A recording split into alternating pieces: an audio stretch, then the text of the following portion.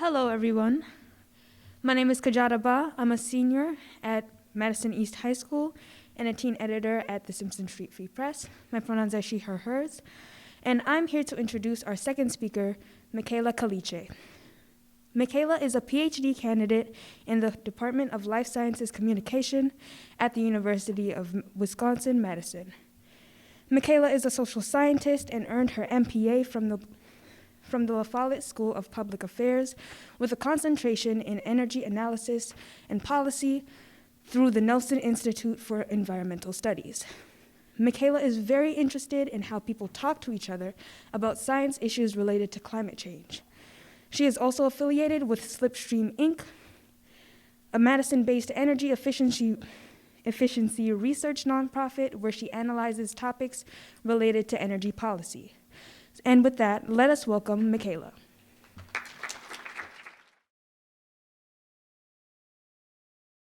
First, I just wanted to extend some gratitude just to all of you for being here today and deciding to spend your Saturday as high school students talking about climate change. I also really want to extend my gratitude towards Stephanie. I think that the perspective that you provide as a college student, but also just the amazing work you're doing is really it's inspiring, hopefully to high schoolers, but also to somebody who, has been in school for a jillion years. And I think it's really, there's a lot of things that Stephanie talked about in her talk that I'm going to kind of relate to in what I talk about. And I move around because I teach, so I'm just gonna hold this. But today what I'm gonna talk about, as I was introduced, I'm in science communication, which is kind of a niche field where we study how people understand controversial science issues and kind of the policy related to that, the sociology, the psychology behind it. So we are scientists, social scientists, that study kind of how people think about science. And I focus on climate change and the energy transition specifically.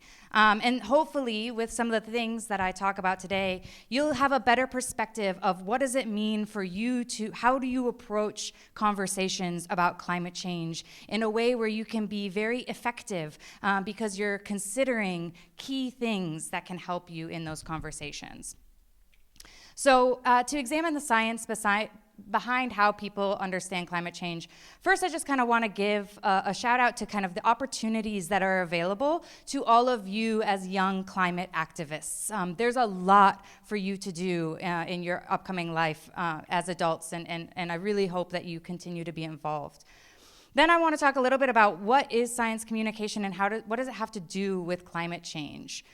We'll talk a little bit about some of the theory behind why providing more information doesn't actually lead to more support for climate change action. Explain a little bit about how we make decisions, talking about psychology to our social environments.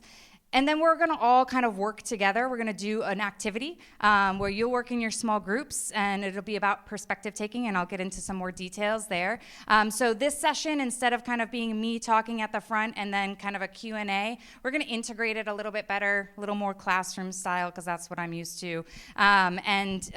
So throughout this whole thing, if you do have questions, especially if you're willing to kind of shout them out, feel free to raise your hand at any point. I'm happy to kind of stop talking and answer questions throughout the presentation. So think of this a little bit like a college course, like a session that you would do in school. Then I want to kind of talk about after the small group activity, we're going to bring it all back together, share some ideas, and kind of leave with some key points of how we can effectively talk about climate change. And I have a case for making it very local and what we can do in our local communities to ensure that our messages are really resonating with people. And then some just last points about where we're going to go from here. So with all that, the first thing that I really want to highlight is the fact that there are so many opportunities in climate change. And I know you all know this in your own lives, and I really appreciate, the reality that Stephanie kind of brought forward, that this job as a climate activist is often kind of thankless. It's often uncompensated, and you're often having to do this work on your own time. I do want to note, though, however, there is a lot of funding, federal funding, that has just been approved, over $450 billion going into efforts that are related to climate change, especially in the kind of clean energy transition sector. And so, because of that, there are so many jobs. And you can be a climate activist in your own free time, but you can also decide to make your entire career focused on climate action. And there are careers in every single topic you can think of that can do that. If you're interested in sociology, if you want to be an engineer, if you want to be a teacher, a doctor, basically, because as Stephanie said, climate change is an intersectional issue, there are going to be careers in every single field where you can focus your efforts on climate action. And so if you are feeling really inspired today, I really encourage you to think about what might that look like for you. And if you are interested in going to college, there are lots of colleges that have climate change institutes that have programs focused on climate change and sustainability, certificates in climate change and sustainability. Look for those. Furthermore, if you like what you hear today about kind of science communication, I'm just going to put a shout out for University of Wisconsin-Madison's science communication program. I love my undergrads. I think they're fantastic and they're really, really smart. And they're constantly inspiring me. So if you are interested in what you're hearing today, feel free to talk to me a little bit more about what that program is if you are thinking about going into it. But you don't have to go to college to work in climate change, right? We need a ton of people that are also working on the more technical sides of climate change or in that community involvement. You can work in climate change even without a degree. So I really want to make sure you all realize that you can really devote a lot of your career experience in your life to this effort. It doesn't always have to be kind of on your unpaid time. So if you think strategically about how to do that, plan with your friends and your advisors, and you can really make that happen. So with that, let's jump into a little bit about what science communication, this field I'm in, has to do with climate change. So in the United States, about 72% of Americans believe that climate change is happening. And I think that we in this room might all know that. This comes from the folks at the Yale Climate Change Communication Group. And so it's public opinion polling. And so we know that nearly 3/4 of our country believe that it's happening. In Wisconsin, that's a little bit lower. It's about 56%, I believe. But it's still a majority of Wisconsinites that believe that climate change is happening. Whether or not climate change is caused by human activities has a little bit less support. So the national average is about 57% of adults think that climate change is human caused, and in Wisconsin, that is a similar amount. What I want to highlight here, because in science communication, we focus a lot on public opinion and how publics view certain issues and why public opinion is so important in the policymaking process, but also in local advocacy and in technology innovation. And what I really want to highlight is that a majority of Americans believe that climate change is happening and believe that it's human caused. So there should be majority support for all climate action in the country. But we don't see that, right? We're here because we're having to fight for this idea that we need to be very, very proactive about how we deal with climate change. So it's not that people don't care or people don't know that it's happening. So what are the other factors? There are a lot of other factors that are at play here, and how we talk about climate change and how we understand the issue is a really big one that can help us kind of connect a lot of pieces that we see in our world today. So one assumption that I think we hear a lot, I hear a lot from scientists, and that has been kind of thought throughout time, is this idea that if people just knew a little bit more, if we just gave people more information, then they would support X, Y, Z. If people just understood the timeline, if they just saw what the warming was going to do to our planet, if they just looked at the melting glaciers, if they just read the data, if we just provided them more, Then it will work. Then it'll click. A light bulb's gonna turn on. Unfortunately, tons of data, decades of data, show that just providing people more information does not change opinions and attitudes and actions. The reason for this, in part, is because as humans, our brains are very interesting. And we use these things called heuristics, or mental shortcuts, to make decisions and to form attitudes about a lot of things. So we're not always looking at all the information that's available to make decisions. We're making decisions based on things that just come to us quickly. One way to kind of like explain this is some research that was done way back in 2012. And I'm just going to explain, I know this is a little technical, but I'm going to explain this graph to you. These researchers study the perception of risk of climate change, which you can see on the y-axis, as well as science literacy, so the more people knew about science issues, and that's on the x-axis.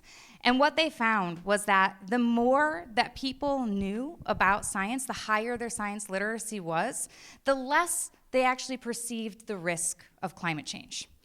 Which seems really counterintuitive, right? You're like, what is going on here? That doesn't make any sense. But the fact of the matter is that people don't always make sense. Our brains are counterintuitive. The way that we process the information around us does not always lead to very logical, explanations. And I really appreciate kind of Stephanie talking about some of these things in her talk to really kind of deconstruct this idea that objectivity and logical thinking is always is possible. It's not, especially when we're making really big policy decisions or trying to get a lot of people on the same page. We have to think about a lot of various factors. And these are some of those factors, and this looks like only 3, but within these categories is a lot of things. And I just want to shout out to Dominique Brossard. She's a professor and my advisor at University of Wisconsin-Madison, and built this with others, this kind of concept of how to think about, development and attitudes towards risk issues. So when we think about it, I really want you to kind of imagine each person, imagine yourself and everybody around you as kind of like somebody who has a lot of layers, right? We are all very unique, and I want to pull your attention to this first circle, these individual level characteristics.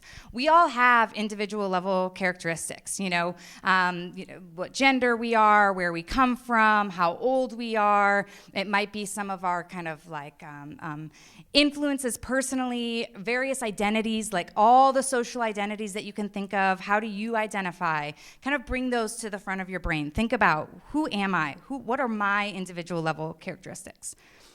The next ring around that is our information climate. What do you all think that means? Just shout out what you think the information climate is. What might fit in there? Schools, okay. What else? Peers, media, what kind of media? Social media might be, absolutely. What else? News media, television, great, exactly. So our information climate is basically everything where we get information from, anything that is impacting how we see the world around us. And that looks very, very different depending on where you are. Just within the United States, what your information climate looks like from, Madison to Eau Claire to Bayfield, even within Wisconsin, it's very different. My 2 households growing up, I have divorced parents, and at my dad's house, the information climate was like Fox News and Bill O'Reilly and like lots of conservative media. And then in my mom's house, I have 2 moms in that house, it was like MSNBC and CNN, and I was getting very different messages about that because some media can be very, very partisan. And then around that is what we call a socio-political and cultural context. And this really gets at the things that Stephanie was talking about. What are the cultures that we're in this kind of broader kind of thinking about white supremacy, thinking about capitalism, thinking about the space that we exist in, the cultural components that impact us. That might also be your individual culture. Maybe it's your community culture. Maybe you are coming from a neighborhood within a broader culture. How does your cultural experience impact your information environment, which then impacts your individual level characteristics, right? Every single person has all of these things within them impacting their opinions and their attitudes towards climate change. So when you think about that, how do you create a message that resonates with a big group of people who have layers that look nothing like each other? That's a big question. And it's not easy, right? I mean, and that's part of the reason, that's part of what I'm always trying to figure out, what I'm trying to research, is how do we take into consideration all of these different contexts in order to create messages that actually resonate with people? And I think one of the things that's really important is centering yourself in what are these for me? And recognizing that it's probably not great to assume that everybody else around you thinks the same way you do, because I can guarantee they probably don't, at least in some way, because we are that unique. So with that kind of context, we make sense of climate change information through a bunch of different filters. Like we kind of talked about, how do the media around me define and interpret this? How much information do I even need to decide what I think about a certain thing? How much I support a policy, whether or not I'm going to do that energy efficiency retrofit in my house? How do those interpretations then fit with my beliefs and other values? Maybe they're moral beliefs. Maybe you have beliefs about the economy or different policy stances about other issues. How do your interpretations of climate change fit within your other understandings of the world around you? These are all things that we kind of are thinking about when we're trying to make decisions and trying to understand information about new science and technology issues that come to us. And it's really crucial to understand this specific context in which we operate in order to kind of figure out how can we answer those questions and understand how that information fits into our own mental schema or our kind of like how we see the world around us. One thing that I kind of want to touch on is the fact that, when we think about the socio-political and cultural context, that big dark blue circle, the broader one, climate change in the United States is a partisan issue. And it doesn't need to be, right? Climate change is going to affect everybody the same. That's actually not true. But climate change is going to affect Democrats and Republicans the same, right? There are definitely groups, populations in the United States and around the world that are disproportionately impacted by climate change effects. But our partisan views, the fact that our partisan views are so different about how we think about climate change really is problematic. Because what this indicates is that climate change, despite having an impact on all parties, is a polarized issue in politics. And a lot of decisions get made in the political context. A lot of kind of funding and legislation about climate change happens in this polarized space. And if we're not all on the same page, we really have to consider, okay, well, what does that, like, how do we talk about climate change given this partisan context? It just is that way. In Wisconsin, we see this, right? This is a recent graph from the elections. This is the Senate kind of breakdown by county. Not every county in Wisconsin looks the same. So what message that you say in this dark blue Dane County is going to look very different than what you might say in those kind of dark red central northern counties. And I think it's really important for us to think about that perspective when we decide to communicate about climate change with different people. If you kind of go into one of those red counties with a dark blue county mentality, you might not get a lot of support.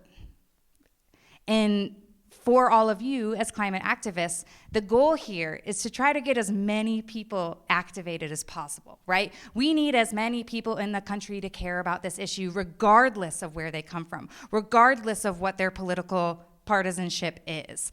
But that's a challenge. It's a real challenge. Our individual level characteristics, that kind of blue circle, the first one, the light blue one, are complicated by this information environment that you all provided examples for. And I kind of just want to talk about that a little bit more. As you noted, our news sources, whether they be print or online media, social media, or this, TV. I don't know how many people watch news on TV. I'm not so good at that, but there are still some folks that do. Social media is huge. I don't have TikTok because I'm like an old millennial, but there's a lot of climate activists on TikTok apparently, which is like delightful and inspiring. And it seems to be a really, really effective way to get your message across. I don't know if any of you have heard of the like Greta Thunberg effect, but essentially like the impact that youth activism can have on changing opinions and getting people involved in climate change activism. A lot of that work is happening online in these social media environments because we're all like always on our phone and are seeing this stuff. And that impacts how we think about the world around us. But additionally, like your family, your friends, your roommates, the people that you spend time with, they also are saying their opinions, they're providing you their perspectives, and that also impacts us. TV, movies, documentaries, how climate change is presented in entertainment really impacts how people view that as an issue. And so there's a lot of research that's been done that shows that how things are framed in entertainment media can actually change people's attitudes about how they see those issues. So it's really important that when there is media about climate change, it is not sensationalized, that it is accurate, that it provides a message that is not, specific to one audience that's going to also alienate another one. And there are a lot of documentaries out there that are like super sensational. And I would argue that they're probably not doing what we think that they are doing. And so there is a lot of work that is still to be done about how can we create great entertainment that's also pushing climate change activism forward in a like sustainable, effective manner. So if you're interested in like video design or becoming an actress or something, there's still a role you can play in climate change there too. Another thing I want to note is that how we frame information, so presenting climate change as either, there's a bright future ahead of us, there's jobs, there's so many things we can do, versus this like gloom and doom, like we're all gonna die tomorrow. And you might as well just not do anything because this is the hardest thing ever. And you just like, I'm just gonna sit in my bed and just like cry because climate change is just like, my life's already over, right? Two very different ways to talk about climate change. And there's been a rise in kind of climate anxiety and concerns around how perceptions of climate change in this very like dark doom and gloom space really are impacting people mentally and their mental health. So when we think about how we're talking about climate change, when you talk about climate change, are you often talking about kind of the positives and the like what we can do, the very action-oriented, this is, yes, things are kind of rough, but this is what we can do to move it forward? Or are you really focusing on like fear-mongering, really getting people excited in this very fearful way, very scared about what is to come and reactionary then? Like we have to do everything we can and we can't think about the details of that, we just need to act. Not everyone's gonna be on board with that, right? So I would encourage you to really think about when you're looking in your news environment, when you're talking to people, how do you hear people talking about climate change? Is it very doom and gloom, or are there a lot of positive frames with that? So just kind of tuck that and take that into the world with you after this conference. I'm going to be a little academic for a second and bring some things that risk communication literature teaches us about how to communicate about climate change. And if this is interesting to you at all, there's great courses at University of Wisconsin-Madison that I teach and my colleagues teach about this. Essentially, there's theory that says that perceptions of risk equals perceptions of hazard and how outraged we are about that issue, right? However, what might pose the greatest risk to people is not necessarily the risk that's going to make people upset. So even if statistically there's something that is going to be a huge disaster, like climate change, but it's kind of represented in this very broad, big way, it might not actually upset people because they aren't connecting it to their own local experience, right?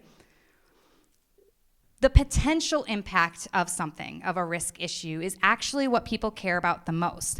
But oftentimes we think about these potential impacts in terms of risk, in terms of kind of the problems of those technologies or science issues. But potential impact can also be benefits, and we don't often talk about describing risk issues from the benefit standpoint. So I really want to kind of highlight the impact that that can have. Additionally, the magnitude of harm is more important to people psychologically than the probability of harm.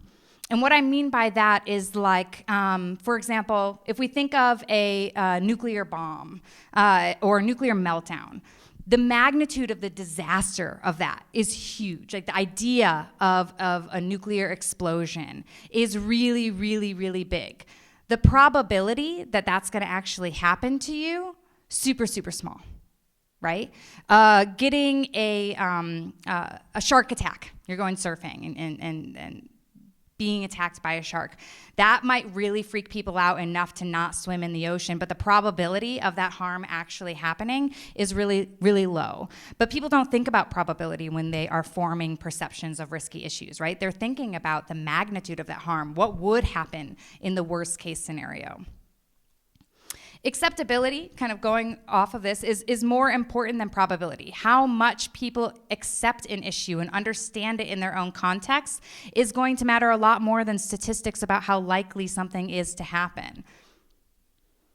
And this kind of plays into this, again, I keep saying that maybe probability and statistics aren't always the way that we should frame things. That's because emphasis on qualitative factors resonate a lot more with people than an emphasis on quantitative factors. And this kind of goes back to that if you just throw information at people, if you're just giving people more data, it's not necessarily going to change their opinions or attitudes about things. Qualitative factors, stories, experiences, bringing things to people's local communities, that has a lot bigger of an impact on changing perspectives than providing data about things. So another thing that really matters in this space, in risk, is trust. People are more receptive to information from sources that they trust. Some determinants of trust that have been studied are knowledge and expertise, openness and honesty, concern and care. And so thinking about how you embody these as you are trying to communicate with an audience is really important because it requires that you build trust between you and the audience that you're working with in order for your message to fall on their ears at all, right? If they don't trust you, they're not going to listen to you. And unfortunately, trust is super, super hard to build, and it takes forever to build, and it's very easy to lose. If you ignore people's perception of risk, if you poo-poo it and you're I know you think that's risky, but it's really not. Probability would show, data would show that it really doesn't matter. People don't like that. They're not going to respond to you if you kind of approach them that way. Trying to persuade audiences that experts are right and that their perceptions of the issue are wrong also doesn't work very well and erodes trust and credibility. So just because you might trust an expert to say something does not mean that the people you're talking to also trust that expert. And if they don't, then you just saying that that expert is right is not necessarily going to make them believe you. And in some ways, if they have perspectives of that expert that they disagree with, maybe they're in a different political party than them and their partisan identity is really strong. Then they might just totally just ignore what your message is completely and think of you as untrustworthy. Another thing that really erodes credibility and trust is concealing risk in scientific uncertainty. This is a really, really hard one and a really big one that we saw in COVID. You know, COVID communication was like such a mess. And it was really difficult to communicate with the broad public about the uncertainty around the emerging science of vaccines, right? Scientists didn't know what was necessarily going to be happening because the science was happening in every moment. And unfortunately, you know, when we were first told to put masks on, they were like, science says, like there was a lot of absolutist kind of framing that we need to put masks on because that's how the virus is spreading. Then we learned a little bit more about the virus and then got kind of different opinions from the World Health Organization, even saying, well, actually, that's not quite right. We recommend masks, but it's not exactly that way because there's uncertainty around it. Like, we don't know for sure. Science is uncertain, right? Like, all of science is uncertain. We love the uncertainty. We study that, right? But uncertainty is really hard to communicate. And if you don't communicate it effectively, or if you ignore it at all, or if you say it's this way, but then it ends up not being that way, then people are going to distrust you. If you say that the world is going to end in 2012 and then it doesn't, people are going to look at you skeptically, right? That was just the apocalypse thing, right? Assuming education is the only answer, there's a lot of, I hear this a lot, we really need to educate people. We really need, people need to know more about the issue. There is a place for education and building awareness of the impacts that climate change can have on our communities. But if we are assuming education is the only answer and we put all of our eggs in that basket, we're gonna fail. Because, as I said before, if you just throw information at people, it's not necessarily going to change their attitudes, their behaviors, their opinions. Any questions so far? Are you guys following along? Yeah. Yeah, awesome. I think one of the biggest ones that I see is kind of engagement. Community engagement, engaging with people on their own terms, on their perspectives, rather than trying to tell them how to think, trying to understand how they think and creating programs or initiatives or activities that engage them on their own level. And I love the community activist kind of feel here because there's so much that can be done. Climate change is a local issue.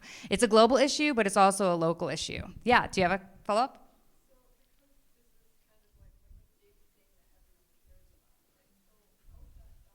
Yeah, so the question is how do we separate this issue from politics because it's so embedded, but politics is very polarized. It is a political issue, right? We're not gonna separate it from politics. Science is political, but it doesn't need to be partisan, right? So how do we talk about the future of how we deal with climate change? It'll be really, really important that it's not being framed in partisan ways, that it's not a Democratic issue, right? That Democrats aren't the only ones talking about it. We need Republicans that are in office to be talking about climate change and to be framing it in ways to build trust with their constituents. And that might be in a workshop that Kathy Kuntz was a part of with me. There were, perceptions that, climate change is not a term that can be used in every community. Because some communities, you say climate change and it's a dead end. So what terms do we use? How do we describe it? That depends on that community. So figuring out what does that community care about and then framing your climate change message in terms of what those people see as important and valuable to them. The broader socio-political and cultural context, this is a great kind of segue to Wisconsin, because as was just asked, it's political in Wisconsin, but we are facing the impacts of climate change, right? We're seeing higher temperatures, we're seeing changes in precipitation, and it's affecting the things that people in Wisconsin care about a lot, right? Our tourism industry, fishing, our food supply. There are a lot of ways in which climate change is actually going to impact the kinds of things that people in Wisconsin, that Wisconsinites value. And so recognizing, what are those value systems can really help us think about, maybe we should talk about climate change in terms of trout, in terms of hunting, in terms of things, cheese curds. Can we figure out a way to talk about climate change that's all about cheese curds? Because if so, I bet Wisconsinites might actually listen a little bit more than maybe they have in the past. So with all of that kind of background in mind, I want to shift over to get your brains moving a little bit. Obviously, you're all coming from your own perspectives, right? We're all in our own kind of like bubbles here, and that's great. But you're not always going to be talking to yourself, right? So the activity that we're going to do is each table is assigned an audience that they're going to hypothetically communicate with about climate change. So you'll see around the room there are these like giant sticky notes that have numbers on them. What you're going to do is you're going to find the one that has the number of your table on it, and that's going to be your audience. There are various ones. And you're going to try to take on that perspective. You're going to try to think about, okay, I need to communicate with this audience. How am I going to do that? And so I want you to think about, first, try to be in the shoes of that audience member, of that group. What are the potential unique factors? What are their layers that might influence their perspective? So you're gonna like take a few minutes, and I just want you to jot down as many ideas. There are sticky notes on your table. I want you to use sticky notes, one idea per sticky note. And you're just gonna like jot down as many ideas as you can. What are the kind of unique factors that influence your parents, peers, your climate-denying family member at a holiday, a school administrator? And then I want you to think about how you're going to frame your message. Remember, we kind of talked about framing. How are you going to create a message? What things would you need to consider? Maybe what frames would you use? What words would you use? What examples would you use? Are there other issues you could connect climate change to that would resonate? And you're going to kind of spend a few minutes on your own just generating as many ideas as you can about the potential factors, one, of this audience that you have, and then how you might frame your message about climate change to them. And then as a group, you're going to take all your stickies and you're going to put them up on your giant sticky, and then we will go from there. Does that make sense? Okay, any questions? Okay, spend some time on your own using the sticky notes on your table. If you don't have any, I'll get you some. Raise your hand if you don't have sticky notes, just our table. Okay, perfect. And over there. Okay, great. So spend some time and think about one idea per sticky note, right? So just like use as many sticky notes as you want. Cool? Awesome.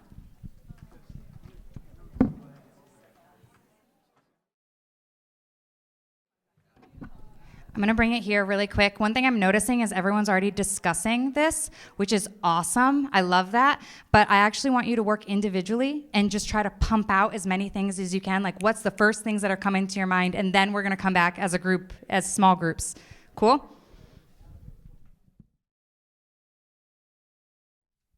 If you haven't already, go ahead and start to answer the second question about what things you might think about to frame your message, whether it's actual examples or stories, or maybe it's like the tone that you would use. How could you actually frame the message for that group?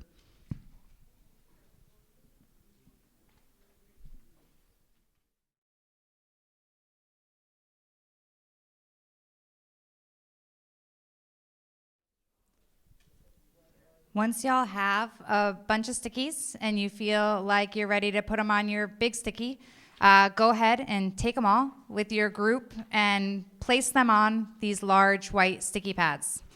And at this point, you might want to bring the blank sticky notes with you.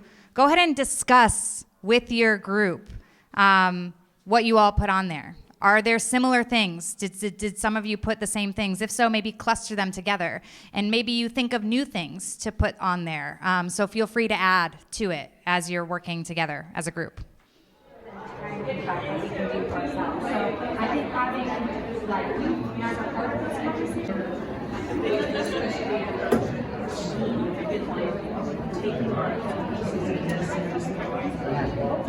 Right, so having them create an understanding and things around themselves that might be kind of a challenge to and so I think it's really important, you know, just having spaces where you do what you do. A lot of support from administrators, but as of like funding or like actual action, like we tend to have some barriers. But I will say, like, I have a very good relationship with like a lot of our administrators, and like have a lot of respect for administrators because they do make like active try to like help out, but like it's just more so like actually implementing stuff.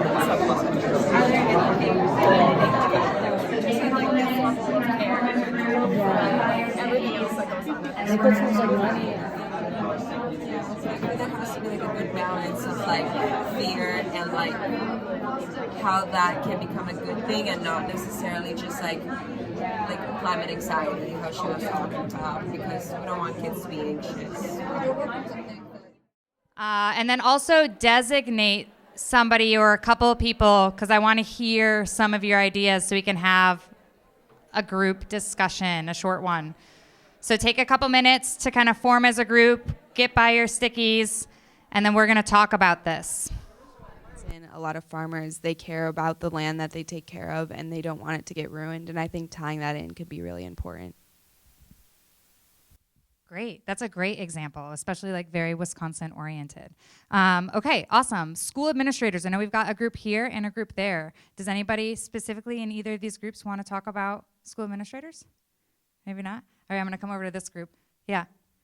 So, because I know you all are in high school, and I can imagine that your school administrators might not be totally down with all your ideas about how you can make your school super energy efficient and how you can have climate change oriented programs or classes. So maybe you want to be part of the change in your school, but you've got to be able to talk to them, right? Because they're the decision makers. So how would you guys do it? Okay, one thing we really talked about is that a lot of times with school administrators, it's the politics of their job and keeping their job, because they can't always have really specific views because they have to stay neutral because of the community around them, and that's how they keep their job, especially in admin. Something we talked about specifically making some change is saying this will be good PR for our school. People like to see, especially in Dane County, it's really forward and progressive with climate change, and so this is something that would look good in the media for our school. Get that PR for them, has more public relations all over Wisconsin for them to connect to, which is something that will make them look better as an admin, and will also make the school look better, which is something they're always looking to do. So, yeah. I think that's a really, really good point. Like, how do you actually make your mission aligned with the values or the interests of the people that you are talking to? So I'm going to kind of come back around this side a little bit too and get the parents and elementary school students, because I know those are the two groups we haven't talked about yet. So we've got some parents here. How would you talk to parents about this? And I'd be interested, were you thinking about your parents? Are you thinking about other people's parents? How would you frame a message to parents? I guess I was kind of thinking about my parents, but like obviously parents have a bias and they want what's best for their kids. So like framing it in a way that's like, this is going to affect me as your child is super important, because they're going to care more about if it's going to affect their children. Yeah, I love that. I also heard this really great comment from this parents group over here too earlier, talking about like the concern about grandchildren, like parents like really wanting grandchildren, and like maybe their kids don't want grandchildren because of, their kids don't want kids because of climate change. Maybe that would get them to listen a little bit more. I think that's really interesting. Okay, the last group are elementary school kids. Okay. Awesome. So we're thinking about like young children, right? And you all were that a while ago. And maybe their worlds and their perspectives aren't as formulated by these information environments because they're not on like reading news and stuff. So maybe their brains look a lot different than yours. How do you kind of bring things down to them? For us, we talked a lot about like what are kids interested in, what are their values. So we said that, like, for example, they value their toys. So we could talk about, we could connect that to plastic use, their aspirations, school, nature, playgrounds, and their family. So we'd really want to connect it to their view, because most kids are just developing more of their worldview. And so we kind of want to ground it in their area and environment. And I think we also discussed the importance of balancing how we're gonna, because climate change itself, it's like it can be very scary for children, and we have to understand that they're children after all, and a lot of these concepts are really hard for them to grasp. And so trying to make sure that you balance out that fear and instead like focus it more on the importance and like things that they can do to help, things that can motivate them instead of just like creating anxiety for things that they would not be able to understand. So yeah. I really love that, because not only are you thinking about like what are the things that the elementary school kids, and you can kind of come back to your table and we'll close out this session here, but thinking about not only what are the ways in which you could connect with them topic-wise, like their toys or their schools or playgrounds, but also thinking about like ensuring that you're talking about it in a way that's not going to make them not want to grow up. Right? Make them feel hopeful about their future. I think that that's even hard for people in high school. It's even hard for me to think about, oh my gosh, like there's so much work to be done. I feel really overwhelmed about what my future might look like and the uncertainty around it. And then other times I get like so jazzed up because I'm around climate scientists and activists and community organizers that are like, there's so much we can do. There's so much we can do, and everybody can do something. You can do something, and I'm like, yeah, I'm gonna do something. And I think that motivation, the feeling of like just getting excited about this is really, really, for me, at least in my experience, it's so powerful and it's so beneficial to getting me out there and to actually doing stuff like this with you guys, right? Because it's fun. So something to think about is, what are other groups that you might want to talk to about climate change that we didn't touch on today? So kind of think about that. Feel free to write them down and give them to your table hosts if you think that we've missed a group that you have questions about. So bringing this kind of all back as we close before lunch, some strategies, really important to know your audience, right? That's this whole activity today was about who are you talking to and how might your message change when your audience changes. One thing that I really want to kind of hone in on is making it local. So when you're talking about climate change, what's going on in your own community, in your own school, in your own household? How can you make this issue something that can resonate in a really tangible way that people can see? And then I really want to kind of, coming back to Stephanie's talk, is thinking about the fact that climate change is intersectional.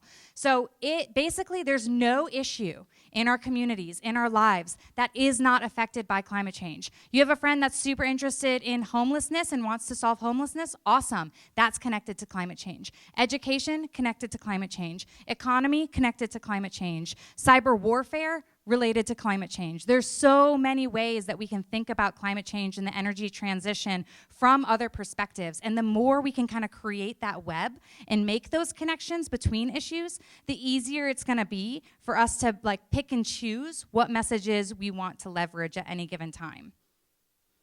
So thinking about, what else does it relate to that will resonate with your audience? What issues does your audience care about, and how can you kind of think of those intersectional arguments that you could use? So this is kind of like homework for yourself throughout now in your whole life, like making those connections. What are those messages that you could think about?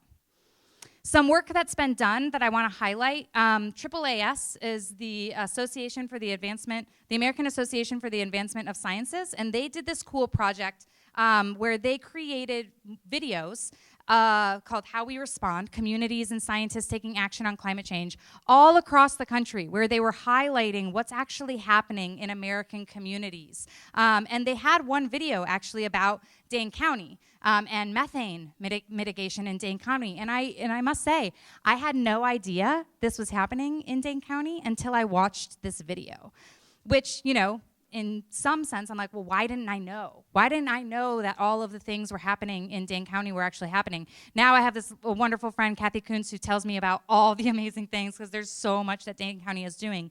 But lots of communities are doing all sorts of things. Why don't we know about everything that's happening in Wisconsin? We got to get these stories out there. We have to find ways to highlight all of the great work that you're doing in your own schools. Every time you do something, get it out there. Write a press release. Put it on social media. Find ways to circulate it so that other people know, A, what you're doing, and B, might be inspired to do it also themselves.